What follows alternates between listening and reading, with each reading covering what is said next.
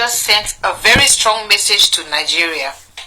I mean, not only Nigeria, honestly, the whole continent. So a Nigerian Air Force plane entered Burkina Faso's airspace without authorization. Now for the AES, that was a direct violation of their sovereignty. So what did they do? They forced the plane to land, detained the 11 soldiers on board, and seized the aircraft. But here is the part most people don't know. This airspace tension didn't start today. It has been building for months. So after the military takeovers in Mali, Burkina Faso, and Niger, ECOWAS slapped heavy sanctions on the AES bloc. And one of the toughest sanctions was this. ECOWAS ordered all member states to close their airspace to the Sahel countries. Nigeria enforced this sanction more aggressively than anyone else. They shut their skies completely.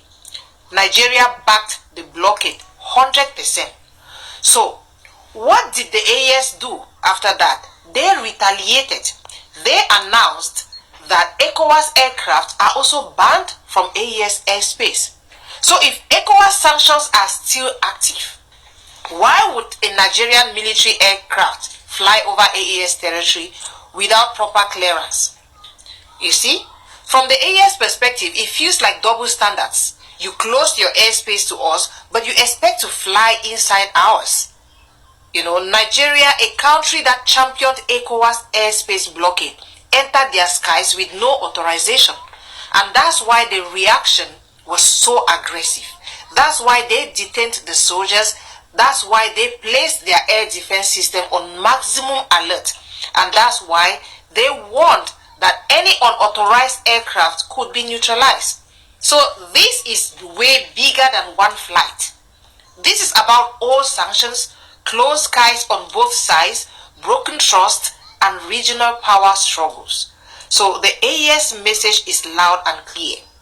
Respect our sovereignty the same way you expect us to respect yours. Thank you all for watching. Wonders they say shall never end. Okay, we are hearing a conflicting news or messages from the Nigerian government and from the Burkina Faso government. The Nigerian government say, oh, there's no big deal about it, this and this and that, and they love the way the Burkina Faso has been treating the Nigerian army, the 12 officers, that they were going to Portugal. So that was what happened, not because of anything and all of that.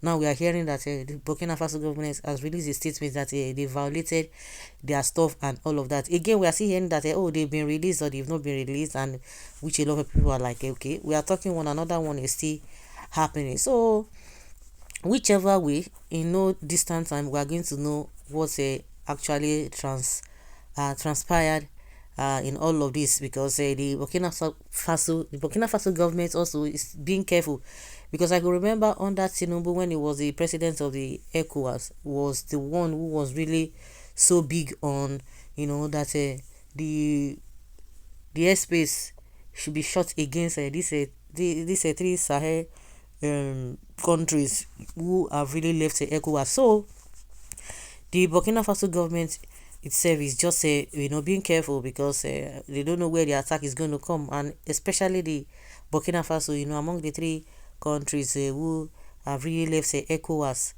they know that a lot of other Western Western countries are really after them, so they could come through Nigeria, because Nigeria is aligned.